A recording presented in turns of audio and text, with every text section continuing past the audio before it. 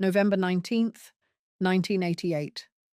A maid walks into a bathroom in a private mansion outside Buenos Aires and finds the body of one of the wealthiest women who had ever lived. She was 37 years old. She had been alone. Her name was Christina Onassis, heiress to a shipping empire, owner of a private Greek island, married 4 times, and by her own account, never once at peace. What unravelled her wasn't a single catastrophe, and it started long before that bathroom in Argentina. Segment 10. The Dynasty. Born into a world with no exits. To understand what Christina Onassis's life cost her, you first have to understand what she was born into, not just the money. The money is almost beside the point, but the world that money had built around the Onassis name, and the weight that world placed on anyone who carried it. Aristotle, Socrates. Onassis had built his fortune from almost nothing. He was the son of a Greek merchant family from Smyrna, in what is now Turkey, who had lost nearly everything during the catastrophic population exchanges and violence of the early 1920s. He arrived in Buenos Aires as a young man with almost no resources, and within 2 decades had built himself into one of the most powerful private shipping operators in the world. He was shrewd, relentless, and deeply competitive, not just in business, but in life. He collected powerful friends and powerful enemies with equal enthusiasm. He was known for deal-making at a level that other men in his industry simply couldn't match, and for a personal style that was extravagant in a way that announced itself loudly in every room he entered. By the time Christina was born in 1950, her father was already one of the richest private citizens on Earth. He controlled a fleet of tankers under various flags, owned the casino and leading hotels in Monte Carlo, and operated from a 325-foot yacht that had begun its life as a Canadian military frigate, the HMCS Stormont, purchased by Aristotle as naval surplus after World War II for a scrap value of $34,000 and converted at a cost of $4 million into what was described at the time as the most luxurious private vessel afloat. The yacht was named the Christina, after his daughter. The gesture was affectionate. It was also, in its way, possessive.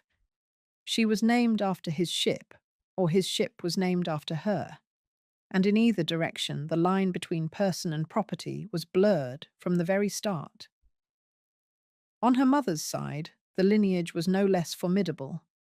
Tina Livanos was the daughter of Stavros Livanos, one of the great names in Greek shipping, a man whose fleet rivaled Aristotle's in size. The Livanos and Onassis families were, at the time of the marriage, 2 of the most powerful dynasties in an industry that moved the majority of the world's oil and cargo. The union of Aristotle and Tina in 1946 was less a romantic story than a joining of empires, which perhaps explains something about why it eventually came apart. Then there was Stavros Niarchos.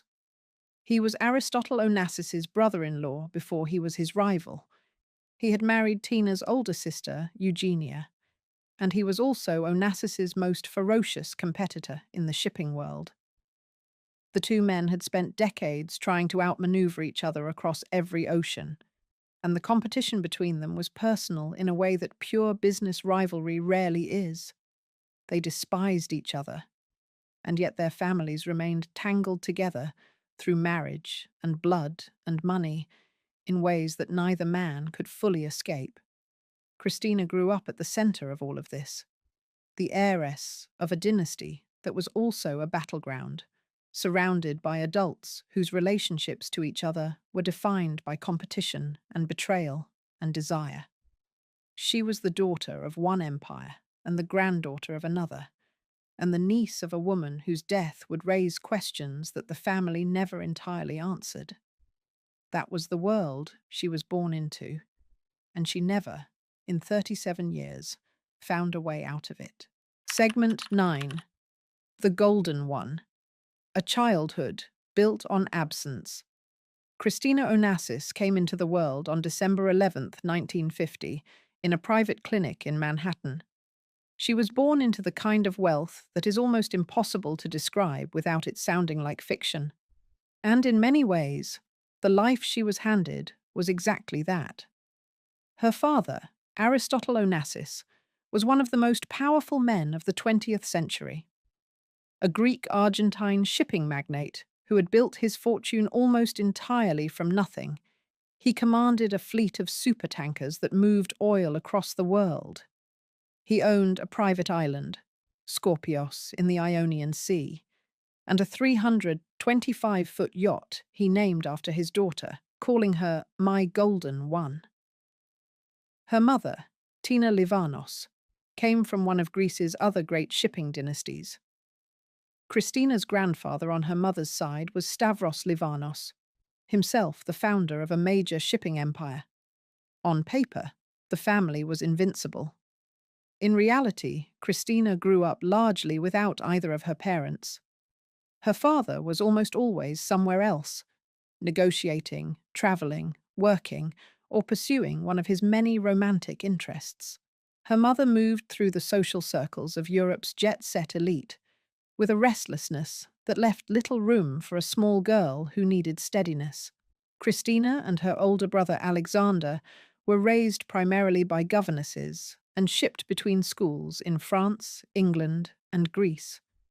She attended the Headington School in Oxford and spent a brief period at Queen's College in London. She spoke 5 languages: Greek, English, French, Spanish, and Italian.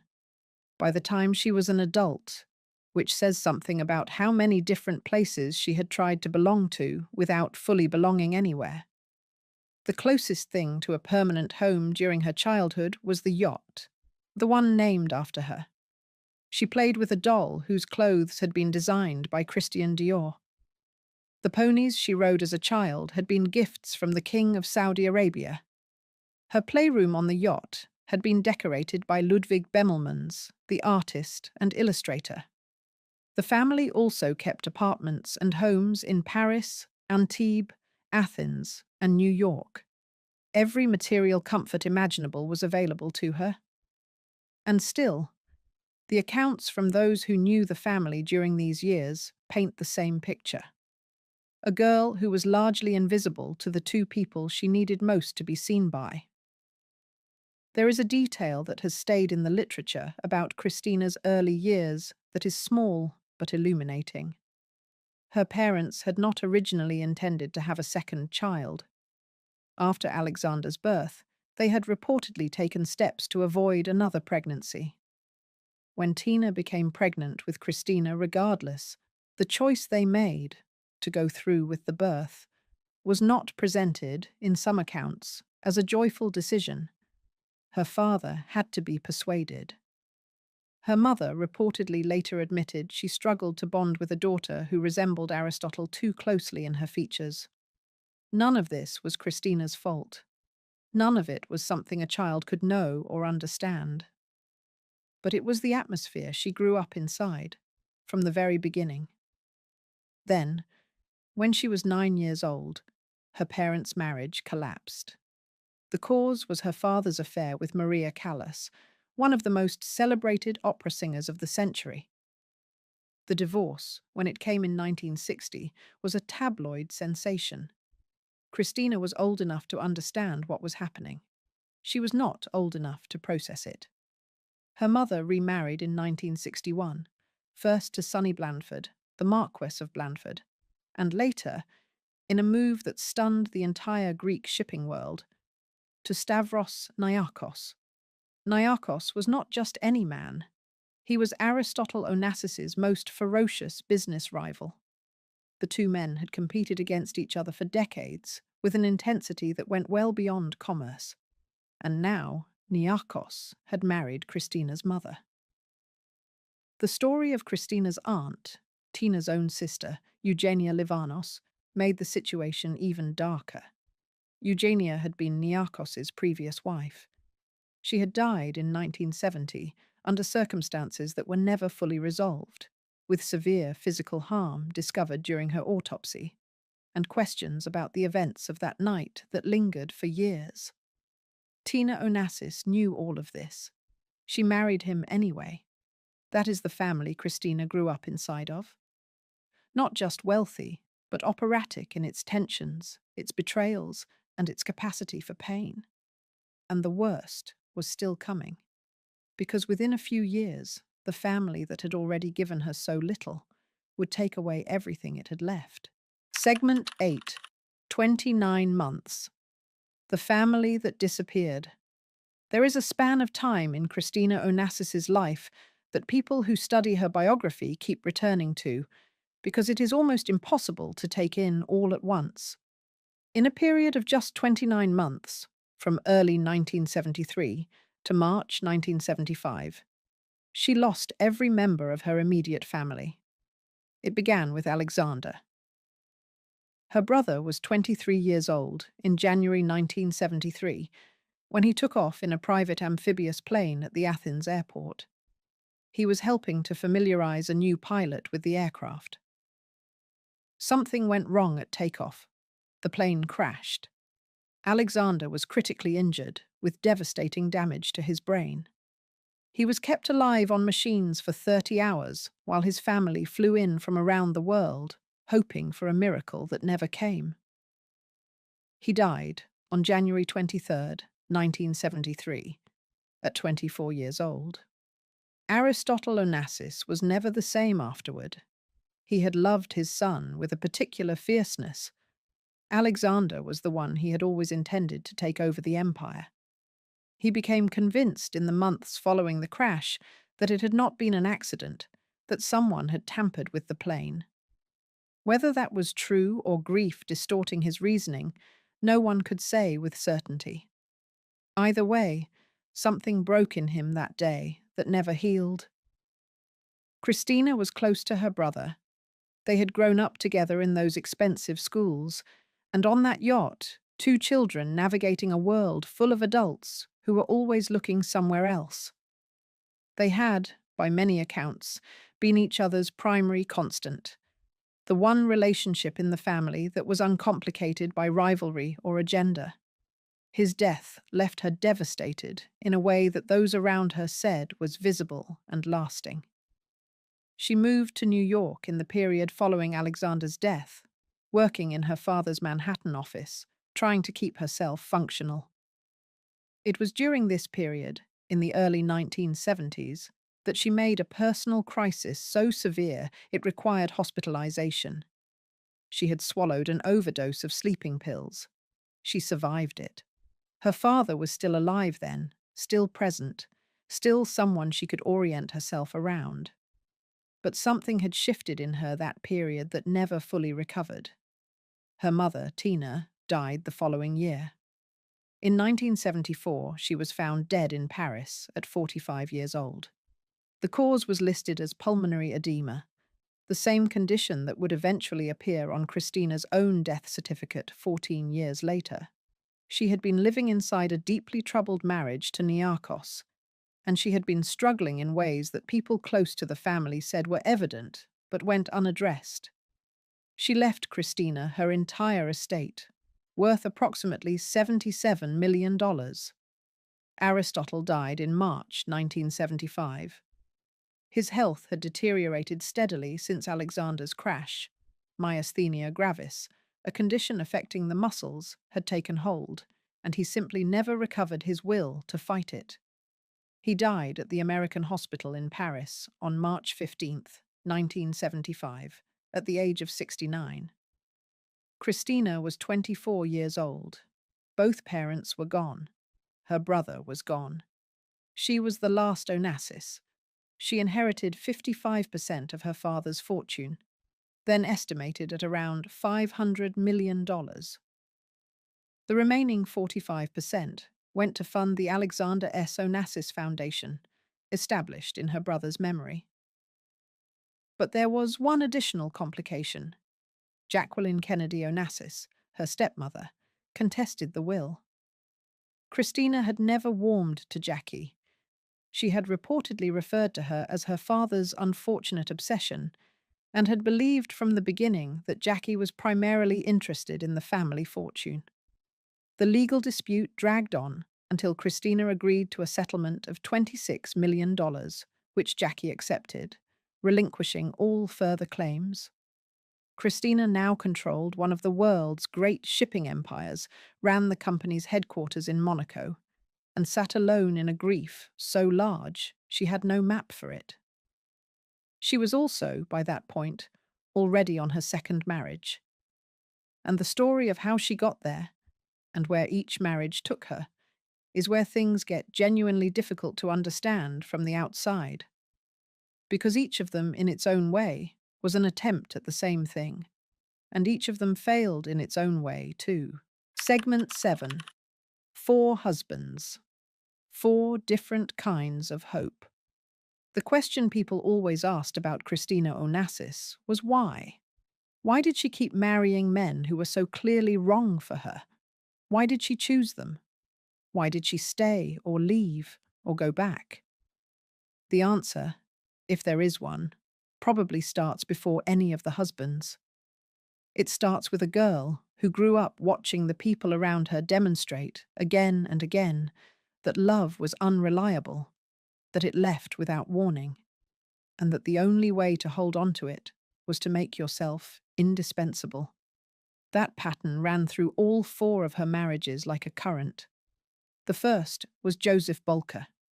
Christina was 20 years old in 1971, and Bolker was a Los Angeles real estate developer, 27 years her senior, divorced, with 4 daughters. Her parents opposed the marriage from the beginning. Aristotle reportedly cut off her trust fund in an attempt to force her out of the relationship. The two married anyway, in July 1971. The marriage lasted 9 months. Bolker later said she was deeply unhappy even within it, that she was restless in a way he couldn't soothe. By early 1972, it was over, and Christina moved on. The second husband came quickly after her father's death. Alexander Andreadis was Greek, the heir to a prominent shipping and banking family, exactly the kind of match Aristotle would have approved of, almost as though Christina were trying to honor a preference her father could no longer express. They married in 1975, within months of Aristotle's death. The marriage lasted 14 months. Christina reportedly worried throughout the relationship that she was loved for her fortune rather than for herself. That doubt, which would never entirely leave her, helped end it. The third marriage was the one that made headlines around the world. In 1976, Christina traveled to Moscow on a business trip. She was there to negotiate a shipping contract with Sovfracht, a Soviet state organization. One of the functionaries assigned to work with her was a man named Sergei Kauzov. He was quiet, self-possessed, and unhurried. He collected ties, spoke several languages, and had a glass eye he would occasionally remove and replace without ceremony. He did not fawn over her or seem dazzled by her money. According to people who were present during those early meetings, that quality, the simple absence of awe, was exactly what drew her to him. Whether their relationship was purely personal or partly the result of Soviet state interest in cultivating a connection to one of the world's great private fortunes has never been definitively established. American intelligence officials at the time described it as extremely likely that Kauzov had some affiliation with the KGB. Kauzov himself has never confirmed or denied this. What is documented is that the romance intensified, and in August 1978, Christina Onassis, the heiress to one of capitalism's great dynasties, married a Soviet Communist Party member in a civil ceremony at the Moscow wedding palace. She moved into his mother's small 2-room apartment. 4 days after the wedding, she left for Scorpios. The marriage officially lasted 16 months, ending in divorce in May 1980. In the settlement, she reportedly gave Kauzov a ship.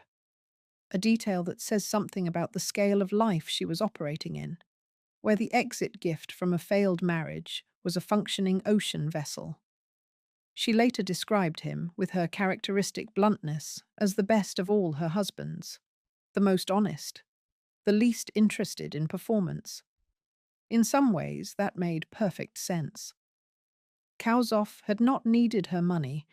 He had the Soviet state behind him. He had not needed her social position. He operated entirely outside the world that position meant anything in. Whatever his original motives may have been, his manner toward her in the time they spent together was, by her own account, more genuine than what she had found anywhere else. That she considered this her best marriage says something about the rest of them. Then came Thierry Roussel, and of everything that happened to Christina Onassis over the course of her life, what happened inside that marriage is the part that seemed to finally exhaust whatever reserves she had left. Segment 6. The Last Marriage. The Betrayal That Broke Everything. If any of Christina Onassis's marriages carried the weight of her deepest hope, it was the fourth.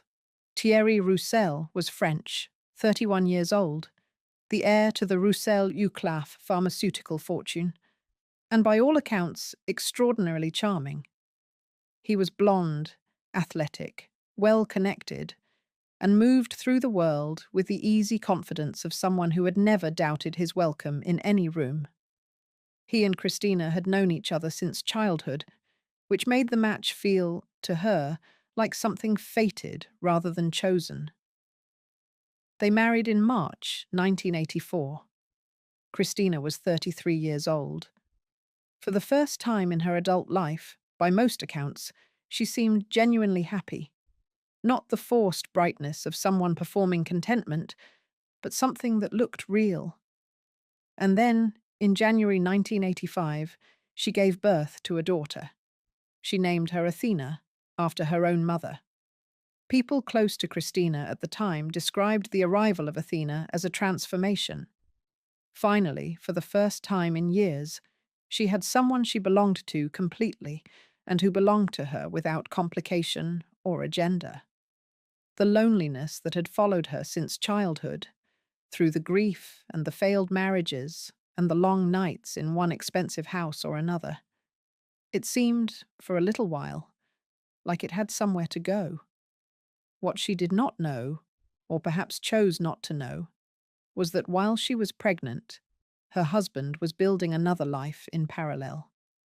Thierry Roussel had maintained a relationship throughout the marriage with a Swedish model named Marianne Landhage, known as Gabby. Landhage gave birth to Roussel's son, Eric Christopher, in July 1985, 6 months after Athena was born. The two women were pregnant at the same time, by the same man, and Christina was the one who did not know. Roussel also had a daughter, Sandrine, with Landhage in May 1987. When Christina found out, the ground shifted beneath her in a way she had no language for.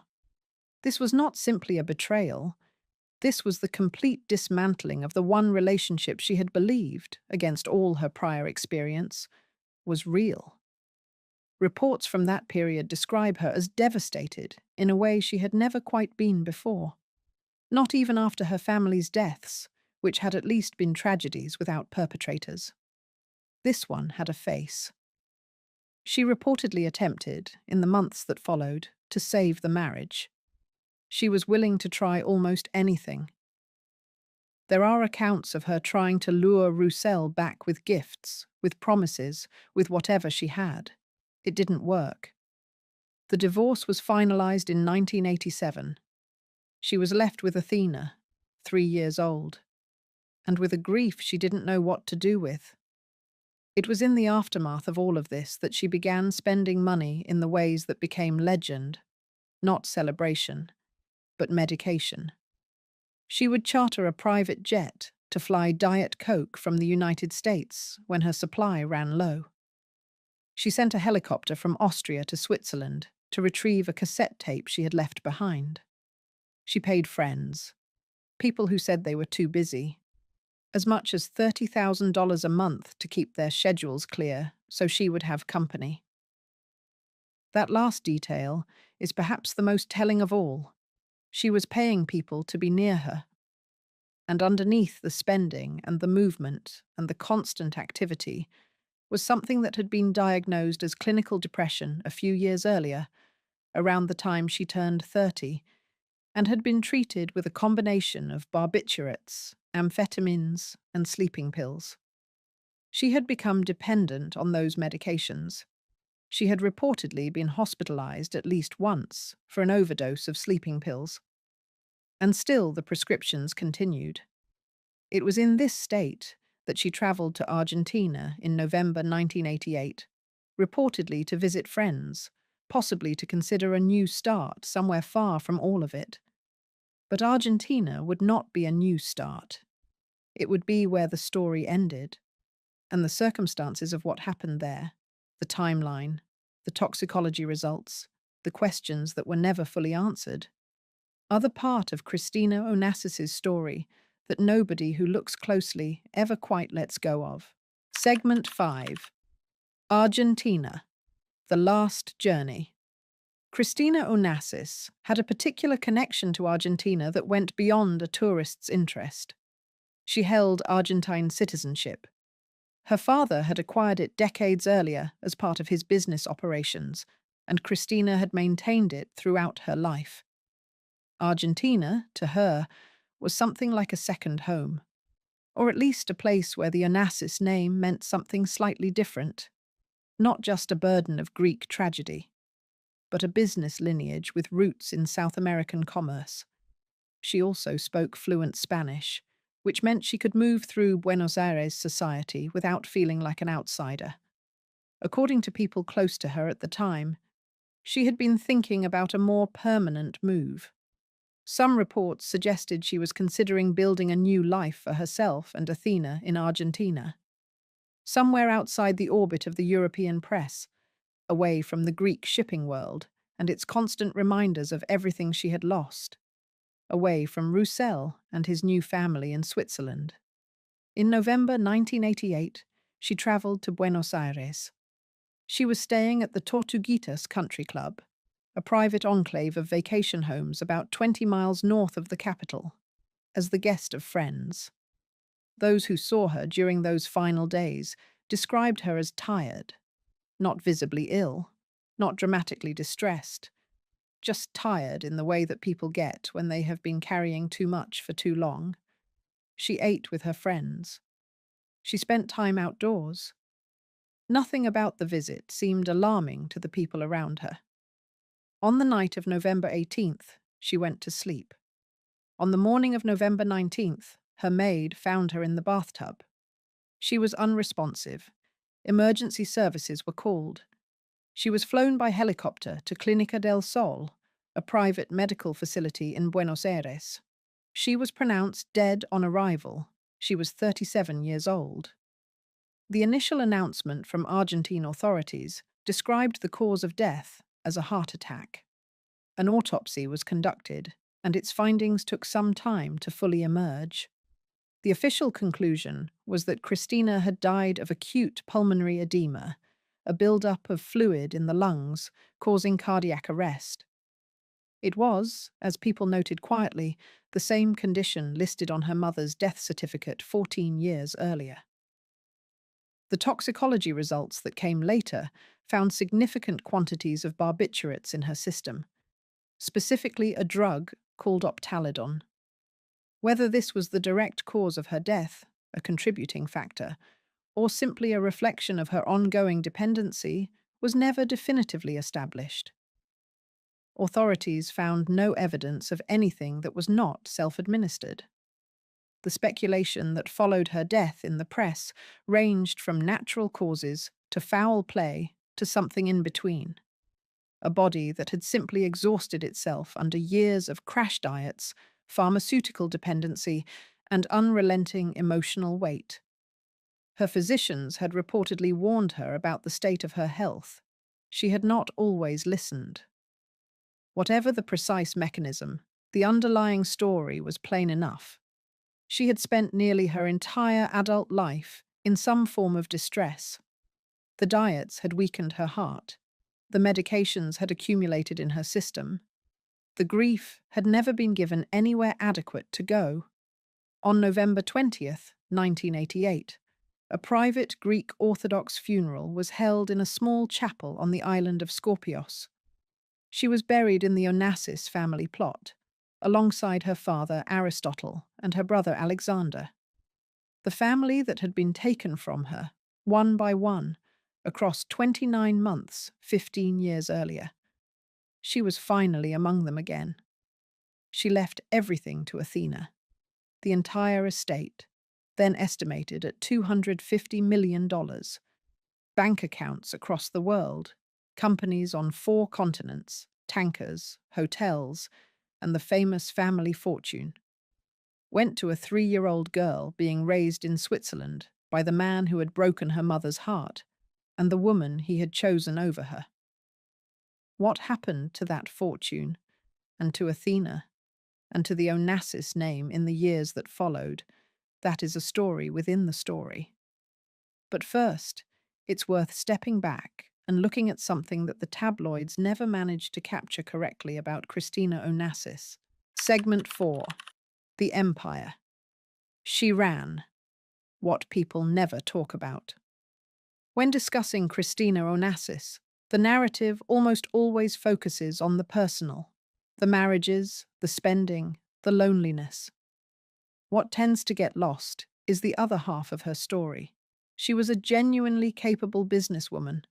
When Aristotle died in 1975 and left her a shipping empire already under some financial pressure, the mid-1970s oil crisis had hit the tanker industry hard.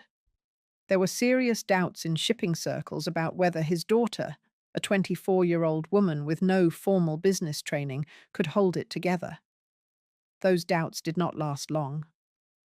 Christina stabilized the Onassis group. She had spent years learning the business alongside her father and his most trusted advisors, going to meetings, studying contracts, watching how negotiations worked. She had a sharp instinct for finance and a willingness to make unconventional decisions. In 1982, she became the first woman ever elected to the board of the Greek Union of Shipowners, which was a meaningful distinction in an industry that had never been welcoming to women at that level.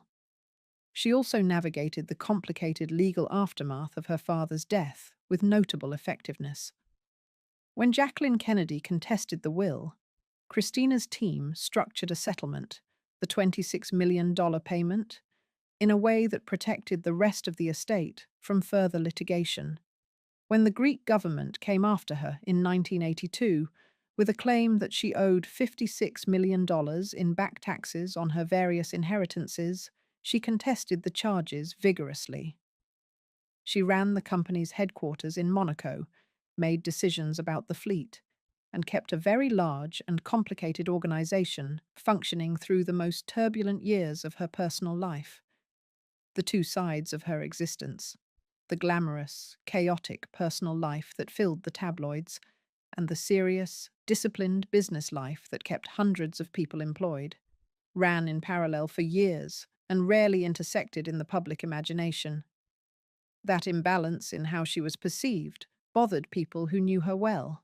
She was not simply the poor little rich girl the press loved to reduce her to. She was also the woman who had inherited one of the world's great commercial enterprises in a state of some vulnerability and kept it intact. It did not, in the end, protect her from herself. Because underneath the competence, underneath the deal-making and the boardroom wins, there was a physical and emotional cost accumulating that no amount of professional success could offset. And by the late 1980s, that cost was becoming visible in ways that those around her could no longer ignore. Segment 3. The weight she carried. Depression, diets, and dependency. There is a particular cruelty in the way Christina Onassis's health was discussed during her lifetime. The press was relentless about her weight. She went through cycles that were visible and public, losing large amounts of weight rapidly, then gaining it back. And the commentary was never kind.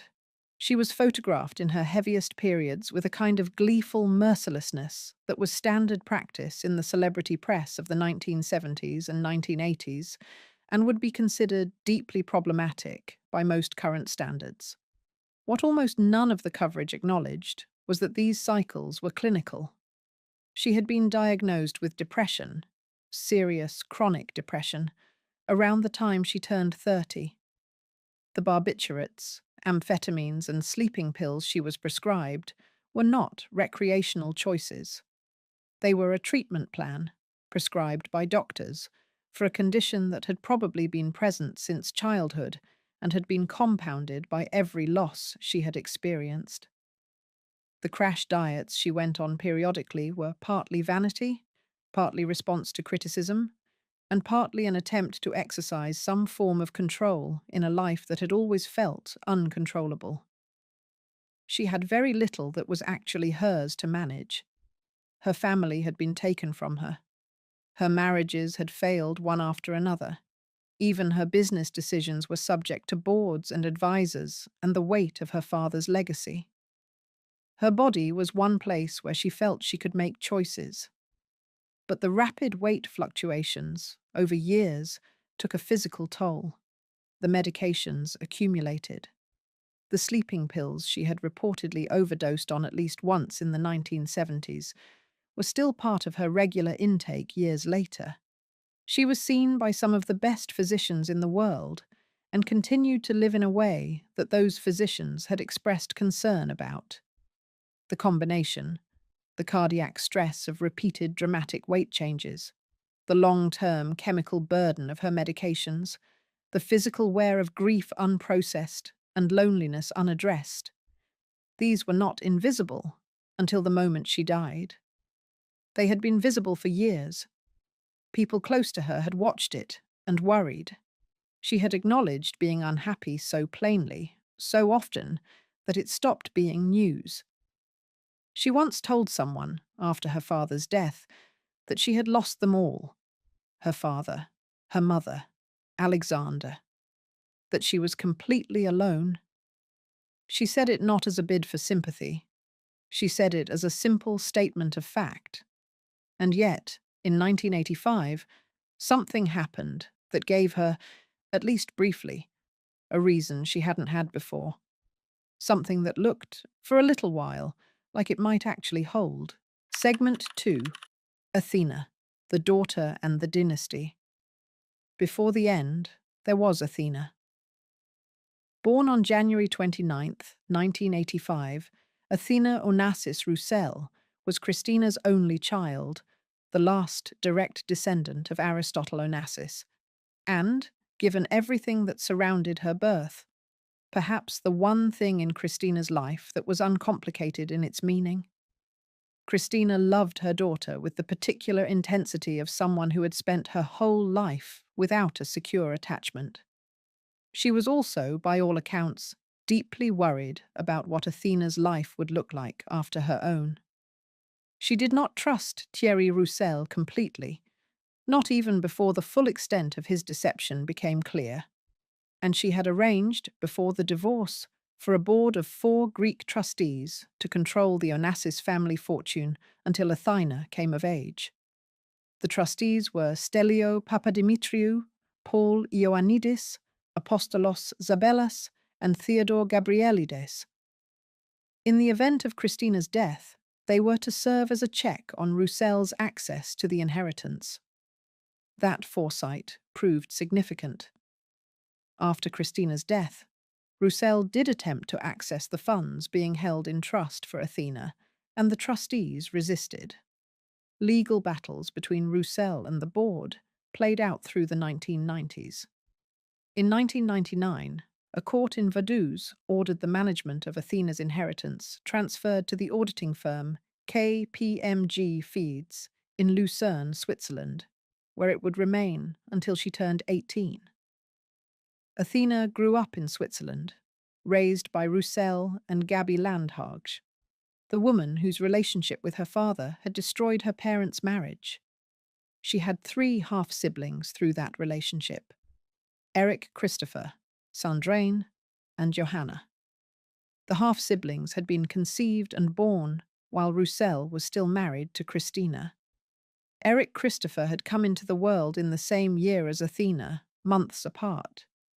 It was an arrangement that Athena grew up inside of, and which by many accounts left deep marks. By her own account, she grew up feeling a complicated and often painful relationship to her Greek heritage and the Onassis name. In one of her few interviews, published in the Italian magazine Oggi, she said she blamed all the problems in her life on the Onassis name. Her stepmother reportedly told American television that Athena had once said, if she could burn all the Onassis money, she would. On her 18th birthday in 2003, Athena took control of half the estate. 217 bank accounts, 87 companies across 4 continents, a fleet of tankers, hotels, and what remained of the Onassis business empire. When she turned 21, her lawyers attempted to have her installed as president of the Onassis Foundation. The board refused, arguing she was unqualified and disputing her status as an heir to Aristotle Onassis's legacy. She pursued other paths, competitive show jumping, eventually relocating to Brazil, and later moving to Greece. She sold the island of Skorpios.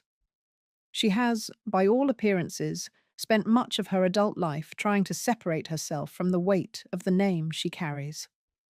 In that particular way, she and her mother were not so different. Christina had spent 37 years trying to find a self that was distinct from the Onassis story. Athena has spent her adult life trying to do the same thing with even less to start from. Segment 1. What remains? The legacy of a life lived at full speed. The press had a name for her. The poor little rich girl. It was condescending, and it stuck, because it was just true enough to sting. She had inherited one of the world's great commercial empires and kept it intact. She had fought governments, crossed oceans, and raised a daughter with everything she had left. None of that made the headlines. What made the headlines was the weight, the marriages, the spending, the visible evidence of a woman who could not find what she was looking for, no matter how far or how fast she moved. What she wanted was not complicated. She wanted to not be alone. She wanted a family that stayed.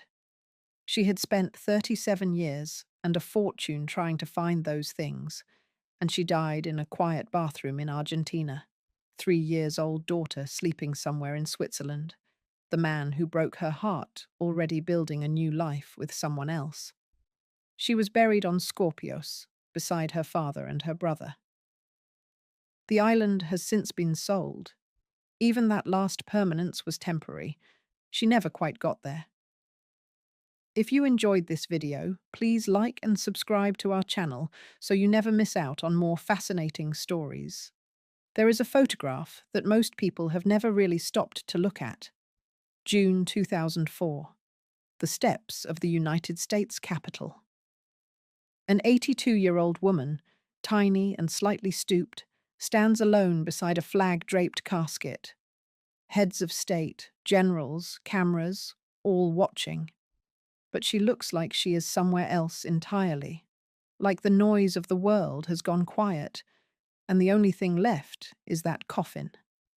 That woman was Nancy Reagan, and the man inside that casket was the only reason, by her own admission, that she had ever gotten up in the morning. Most people know the surface version of her. The red dresses, the astrologer, the rumors of power behind the throne. What very few know is what came after the White House, what it truly cost her, and what it meant to keep going once he was gone. This is that story. Segment 9.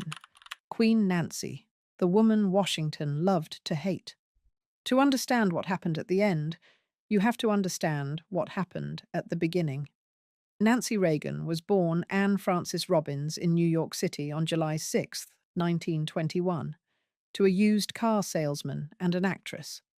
Her parents separated not long after she was born, and for the first 6 years of her life, she was raised by an aunt and uncle in Maryland, while her mother pursued her theatrical career. It was the kind of early childhood that leaves a mark, the particular loneliness of a child who is loved but not quite kept. When her mother remarried in 1929 to a prominent Chicago neurosurgeon named Loyal Davis, Nancy finally had the stability she had been waiting for. He adopted her. She took his name. She adored him. She studied at Smith College, tried her hand at acting like her mother, and eventually landed a 7-year contract with MGM in Hollywood. She was Nancy Davis by then, a competent and quietly ambitious actress with a moderate career, when the trajectory of her life changed in a way she hadn't expected. She met Ronald Reagan, then the president of the Screen Actors Guild, in 1951. They married the following year, in a small ceremony on March 4th, 1952, with only their close friends William Holden and Ardis Ankerson as witnesses. She was 30. He was 41. He had been married before to actress Jane Wyman. He had 2 children from that marriage, Maureen, and adopted son Michael. Together, Ronald and Nancy would have 2 more children, Patricia, who would later go by Patty Davis, and Ron. Those who knew her well in those years say that from the beginning, the marriage consumed her completely. She organized her life around his schedule, his needs, his aspirations. When he moved into politics in California, winning the governorship in 1966, she went with him and got her first bitter taste of what public life would demand. People mocked her adoring expression at his speeches, the way she looked at him as though no one else in the room existed. The press called it the gaze, and usually not kindly. She didn't stop.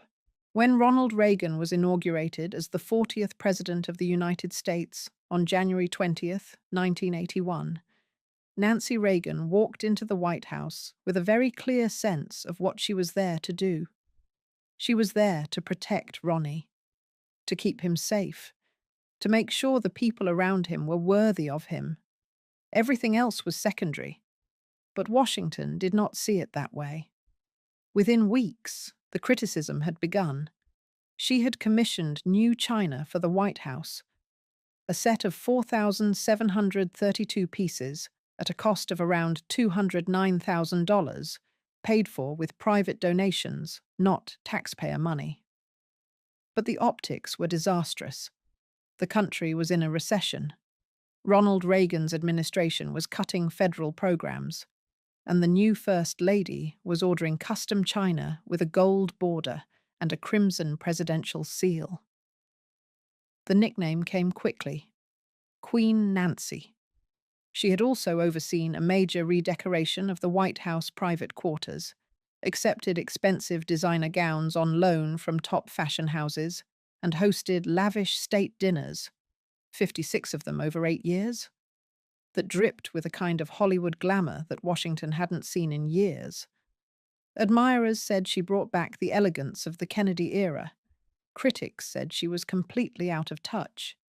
She was, by her own admission, wounded by the coverage. Those early months, already marked by an event that would change everything, were what she later called a lost year. Because just 69 days into Ronald Reagan's presidency, on March 30th, 1981, a young man named John Hinckley Jr. stepped out of a crowd outside the Washington Hilton Hotel and fired 6 shots. One of them hit the president in the chest, less than an inch from his heart. A Secret Service agent, a police officer, and a press secretary were also struck. Nancy had been at the White House when the call came. She was told, initially, that her husband had not been hit. But something made her push back. She asked again, and she was told the truth. She raced to the hospital. Ronald Reagan, ever the charmer, reportedly told her not to worry as they prepared him for surgery, something along the lines of hoping she knew that he had forgotten to duck. He was trying to make her laugh. She was not laughing. She sat at his bedside for 13 days. After that, nothing was ever quite the same for Nancy Reagan. From that day forward, she described living in a state of permanent, low-grade terror. Every time Ronald Reagan walked out the door, into a crowd, in front of a camera, she held her breath. Every public appearance felt like a gamble, and in her desperation to find some kind of protection, some way to gain even a small measure of control over the uncontrollable, she turned to someone she had known since their Hollywood days, an astrologer named Joan Quigley.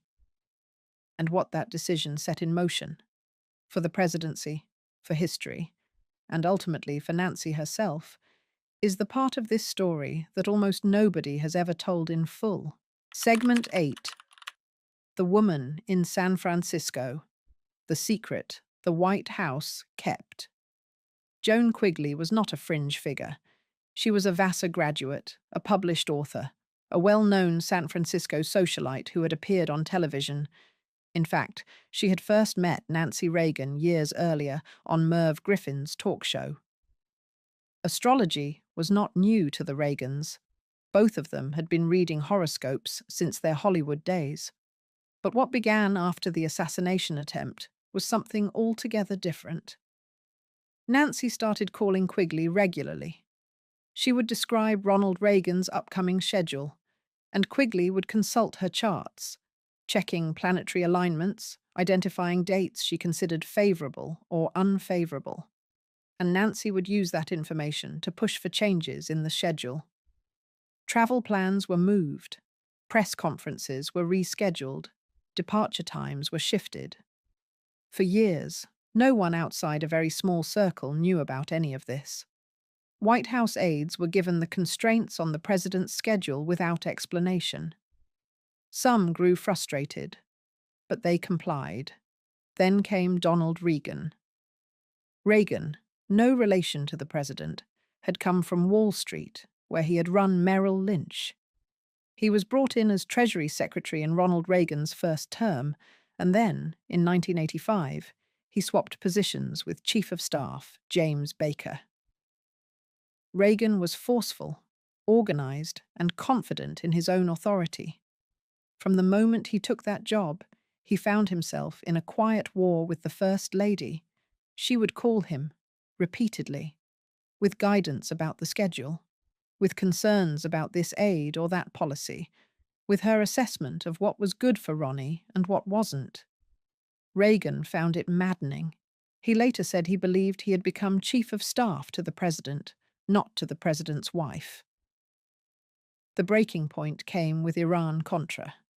In late 1986, it became public that members of the Reagan administration had secretly arranged for the sale of weapons to Iran, which was under an arms embargo, and had then quietly directed the proceeds to Nicaraguan rebels known as the Contras. It was one of the most significant political scandals of the Reagan presidency. And as it unfolded, Nancy concluded that Donald Reagan had failed her husband, that he had allowed the chaos to happen on his watch, and that he was the wrong person to be handling the fallout. She pushed for him to go. Reagan resisted.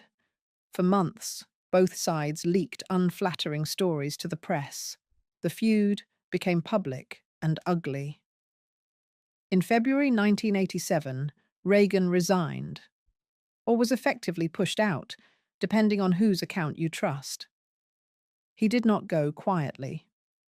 In 1988, with the Reagan presidency approaching its final year, Reagan published a memoir. In it, he described the astrology arrangement in extraordinary detail. He wrote that virtually every major move and decision made during his time as Chief of Staff had been cleared in advance with a woman in San Francisco who drew up horoscopes to make certain the planets were in favorable alignment. He didn't know her name at the time of writing, though Time magazine quickly identified her as Quigley. The story landed like a grenade. The White House confirmed that Nancy had, in fact, consulted an astrologer, while insisting that no policy decisions had ever been based on it. Ronald Reagan said flatly that astrology had never influenced his decisions. Nancy, in her 1989 memoir, acknowledged the practice, but pushed back on how it had been characterized, describing it not as superstition, but as a desperate attempt to keep her husband alive after watching someone try to kill him. She wrote that she was doing everything she could think of to protect him, that she couldn't understand what it was like to have your husband shot at and nearly killed, and then have him walk into enormous crowds every single day, any one of whom could be carrying a weapon. She wasn't wrong about the fear. The question was always whether the method was appropriate, and that debate has never fully been settled. What is undeniable is this: the revelation changed how history would see Nancy Reagan's role in the White House. No longer just an elegant hostess or a devoted wife, but a woman who had been operating quietly in the engine room of the presidency itself. And soon enough, those same qualities, the protectiveness, the fierce loyalty, the willingness to fight, would be called on in a way no astrologer could have predicted. But before that story begins, the Reagans had to leave Washington, and what awaited them back in California would be the quietest, most devastating chapter of their lives, and the one that would define everything about how people would eventually remember Nancy Reagan. Segment 7. The Long Goodbye. Alzheimer's and the Disappearing Man. In January 1989, Ronald and Nancy Reagan flew back to California. Wealthy friends had helped them purchase a home on St. Cloud Road in the affluent Bel Air neighborhood of Los Angeles. There were also trips to Rancho del Cielo, their beloved ranch in the hills above Santa Barbara, where Ronald loved to ride horses and clear brush and feel like himself. Those first years looked, from the outside, like a pleasant retirement. He gave speeches. They attended events. She continued her anti-drug work through the Nancy Reagan Foundation. Life, on the surface, seemed manageable. But Nancy had been watching her husband for years with the eyes of someone who was always looking for what others might miss. And sometime in the early 1990s, she began to notice things. He was forgetting names more than usual, repeating himself, struggling sometimes with the simplest things. She had always known him to be slightly forgetful in social situations. He had long masked this with humor and easy charm, but this was different. Something had shifted underneath. In 1994, Ronald Reagan gave what would turn out to be his final public speech at a gathering in Washington for his 83rd birthday.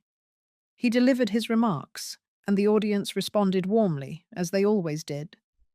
But when he and Nancy returned to their hotel suite afterward, he paused, looked around, and admitted he wasn't quite sure where he was. Shortly after, Nancy took him to the Mayo Clinic. When the doctors came back with their findings, the word they used was Alzheimer's disease. For Nancy, it was a verdict she had already been bracing for. By the time you seek out answers, something has already told you that something is deeply wrong. On November 5th, 1994, Ronald Reagan wrote a letter to the American people, by hand, in still strong script, telling them that he had begun the journey that would lead him into the sunset of his life. It was a remarkable act of public honesty. Very few public figures, especially at that level, had ever spoken so openly about an Alzheimer's diagnosis. For Nancy, the journey that came next was unlike anything she had imagined. The early years were almost bearable. Ronald still went for walks. He still dressed meticulously, still smiled at everyone, still had the instinctive courtesy that had defined him his whole adult life. People who saw him during this period often said he looked terrific. But beneath the surface, the man Nancy had known, the one who wrote her love letters and made her laugh and told her she was the reason he got up in the morning, was beginning to recede. He would wake up some days almost normal, and other days unsure of where he was. He would forget, at times, that he had ever lived in the White House. He could no longer keep track of what year it was, or sometimes even what season. Nancy slept in the same bed beside him as the disease progressed, lying next to a man who would wake up each day a little less certain of who she was.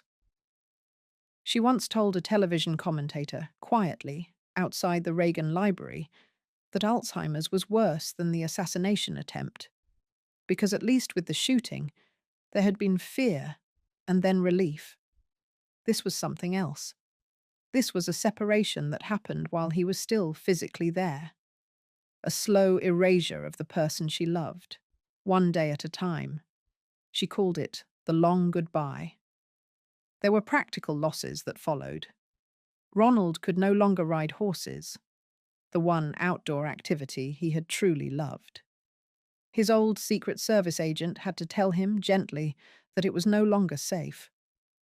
Reagan reportedly had tears running down his face. His response, telling the agent it was okay, that he would be fine, was somehow the most heartbreaking thing about it. Nancy sold the ranch in 1998. There was no point keeping it. And she began what would become a decade of near-total devotion, rarely leaving the Bel Air house, quietly managing the staff who helped care for him, protecting his dignity with the same ferocity she had once used to protect his reputation. In the process, she also found a cause she would fight for with everything she had. Segment 6. The battle she chose. Stem cells and the fight with Washington. Watching Ronald Reagan disappear into Alzheimer's did something to Nancy Reagan that surprised people who had only known her as a conservative Republican's wife. It made her angry. Not at the disease itself. There was no single target for that anger. But at the feeling that more could be done, that science had answers it wasn't yet being allowed to pursue, and that politics was getting in the way. The subject was embryonic stem cell research. In the early 2000s, there was genuine scientific excitement around the possibility that stem cells derived from human embryos could eventually lead to treatments, or even cures, for diseases like Alzheimer's. The research was controversial because of the nature of the embryos involved.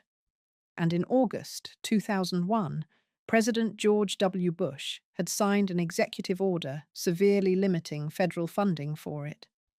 The decision drew strong support from religious conservatives within the Republican Party. Nancy Reagan, Republican First Lady, devoted Catholic stepfather's daughter, did not care about any of that. What she cared about was Ronnie. She began speaking publicly and forcefully in favor of expanded stem cell research. She met with scientists. She lobbied politicians, quietly but persistently. At a dinner in Washington, she reportedly pulled Bush's chief of staff, Andy Card, aside and pressed him directly to reconsider the administration's position. The administration did not change course. She kept pushing anyway. She co-founded the Ronald and Nancy Reagan Research Institute with the Alzheimer's Association.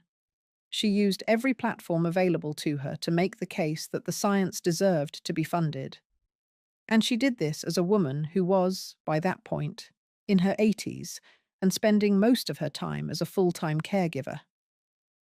It was a remarkable pivot for someone who had been painted for years as a woman interested only in fashion and social positioning.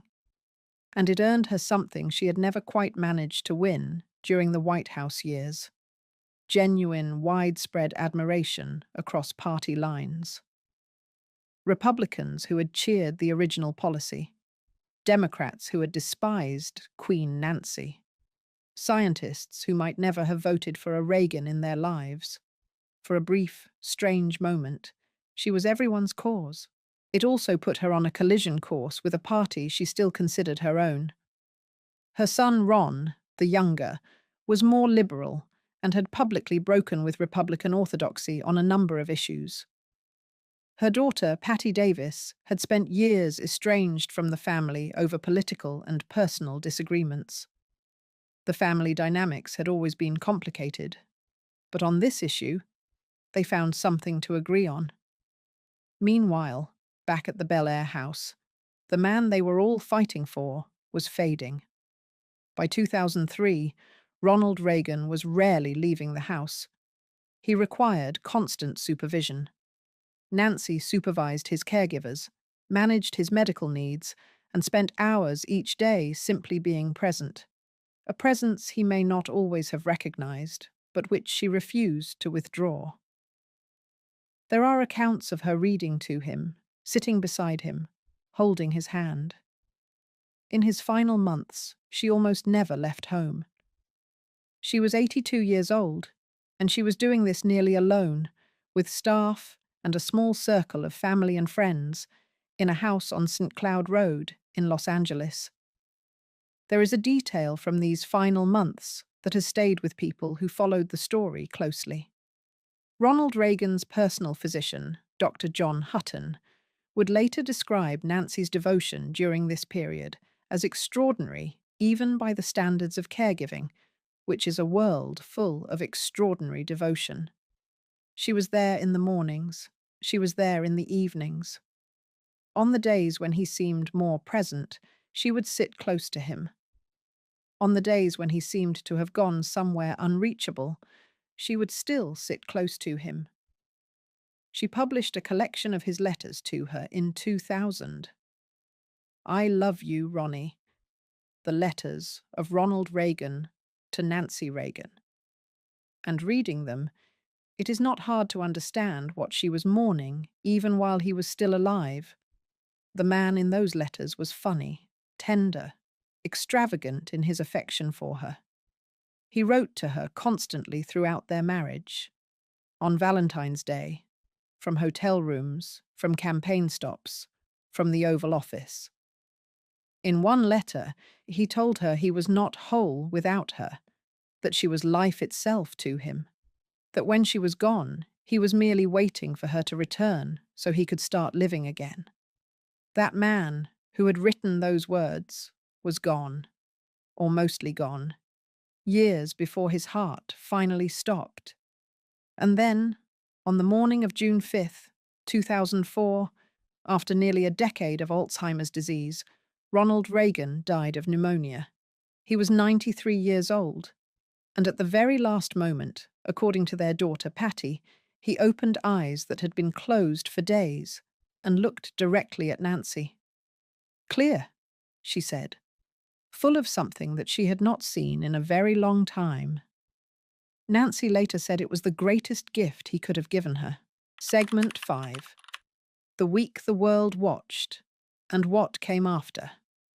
What happened next was one of the most elaborate and emotionally charged public ceremonies the United States had seen in decades. Nancy Reagan had planned it. All of it.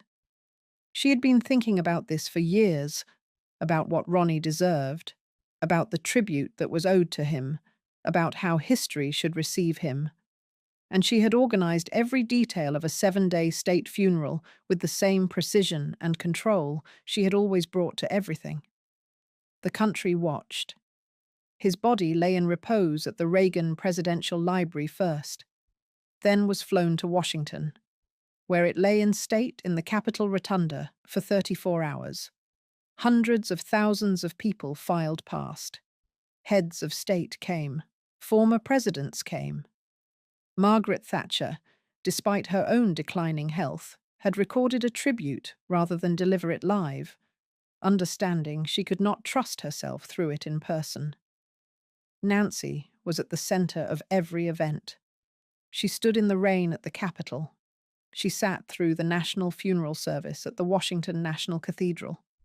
She was composed, controlled, almost eerily stoic, until the very end, at the sunset burial service at the library in Simi Valley. It was there, finally, that she allowed herself to break.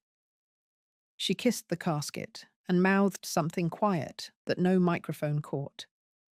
She received the folded flag, and then For the first time in 52 years, she went home alone. The Bel Air house was the same house. His clothes were still in the closet for some time. The household routines that had been organized around his care, the caregivers, the medical equipment, the structured hours, were gone, and in their place was silence. Friends and biographers who spoke with Nancy in the years that followed described her as truly alone in a way that was hard to watch. She had built her entire adult life around one person. He had been the gravitational center of everything she did. And now, there was no center. She told friends she missed him constantly. She continued to sleep in the same room. She kept photographs everywhere. She spoke about him as though he were still very much present. And in some sense, for her, he always was. But she did not disappear. And that was what surprised people. Segment 4. Keeper of the Flame. The Final Decade. Grief, for Nancy Reagan, did not mean retreat. In the years after Ronald Reagan's death, she became what people close to her called the Keeper of the Flame, the most dedicated guardian of his memory and legacy. She threw herself into the work of the Ronald Reagan Presidential Library in Simi Valley with an intensity that impressed even those who had known her for decades. She attended anniversary events. She received guests. She met with scholars and politicians and foreign leaders who came to pay their respects. In 2005, she was honored at a Washington gala with guests ranging from Dick Cheney to Condoleezza Rice to Harry Reid. A bipartisan gathering that reflected how her reputation had shifted in these later years. In 2007, she attended Gerald Ford's funeral. In 2011, she officiated at the ceremony marking Ronald Reagan's 100th birthday. She also hosted not one, but two Republican presidential primary debates at the Reagan Library in May 2007 and January 2008. She was in her mid to late 80s. She was still showing up. The stem cell research advocacy continued as well. She had not given up. She was no longer fighting specifically for Ronnie. That battle was over. But she kept making the case, kept lending her name and presence to the cause, understanding that whatever momentum she had built might help families still in the middle of what she had already been through. Those who spent time with her during this period often noted something that surprised them. She had been described for years as brittle, imperious, controlling. A woman who made enemies easily and held grudges longer. And some of that was certainly true. But in these final years, the edges seemed to soften. Or perhaps it was simply that the armor she had always worn in public, the composed First Lady performance, had become unnecessary. There was nothing left to protect in the way she had once protected it. She talked more openly about the loneliness, about what it meant to have structured your whole existence around another person and then find yourself without them, about how strange it was to go to events where people still treated her as if she were half of something, when she was now entirely alone. Her health, meanwhile, was beginning to show the weight of everything she had carried. Segment 3. The body keeps the score. Health declines and falls. Nancy Reagan had always been small. In her White House years, she had been described as slender to the point of delicate. By her 80s, she had become genuinely fragile. She had dealt with breast cancer during the White House years, undergoing a mastectomy in 1987, at a time when the subject was still heavily stigmatized. She had been frank about it, following the example of Betty Ford, who had spoken openly about her own breast cancer diagnosis a decade earlier.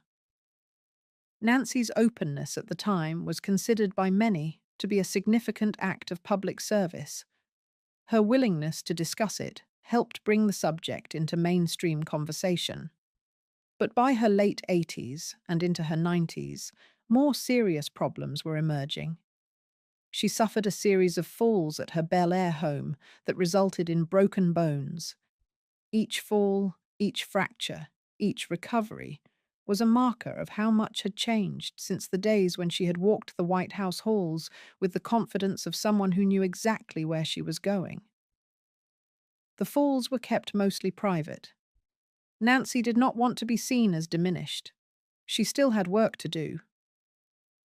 Her last major television interview was for a PBS documentary in 2010, conducted by anchor Judy Woodruff. She talked about her husband, about the library, about their life together. She was sharp. She was precise. She was still Nancy Reagan. But public appearances became increasingly rare.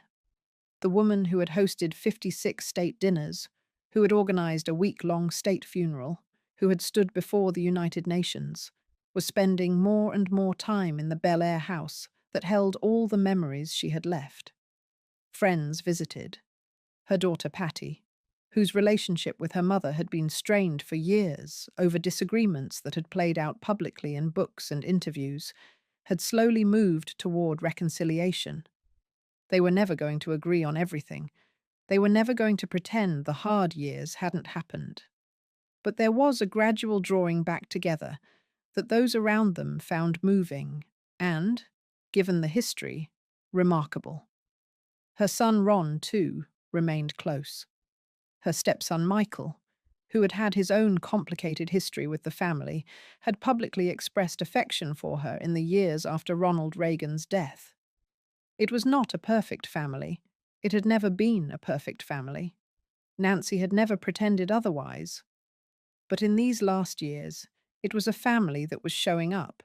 The Bel Air house became the world in these final months. A small world, but hers. Segment 2. The morning it ended. On the morning of Sunday, March 6th, 2016, Nancy Reagan died at her home in Bel Air. The cause was congestive heart failure. She was 94 years old. The announcement came from the Reagan Foundation through her spokeswoman, Joanne Drake. Within hours, the tributes began pouring in from around the world, from presidents, former presidents, foreign leaders, from people who had loved her and people who had spent decades criticizing her. President Barack Obama and First Lady Michelle Obama released a statement expressing their sorrow. Former President George W. Bush called her fiercely loyal to the country she had served. Barbara Bush said that Nancy had been totally devoted to her beloved husband, and that she and George took comfort in believing they would be reunited. Arnold Schwarzenegger wrote that she had served with unbelievable power, class, and grace. Her stepson Michael wrote something simpler and more direct, that she was once again with the man she loved.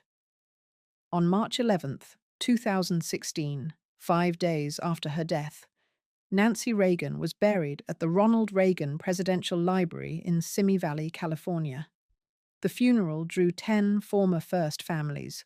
Former President George W. Bush was there.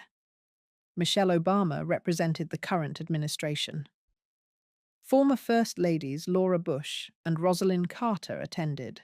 Hillary Clinton, then campaigning for the Democratic presidential nomination, attended. Presidential children Caroline Kennedy and Tricia Nixon Cox were among the mourners. She was laid to rest beside Ronald Reagan on the hillside at the library, looking out over the Santa Susana Mountains and the valley below. He had once told his biographer, Edmund Morris, that when the time came, they would seal the door, temporarily, until she joined him, and then they would lie there, just the two of them, and look at the sea together. She was 94.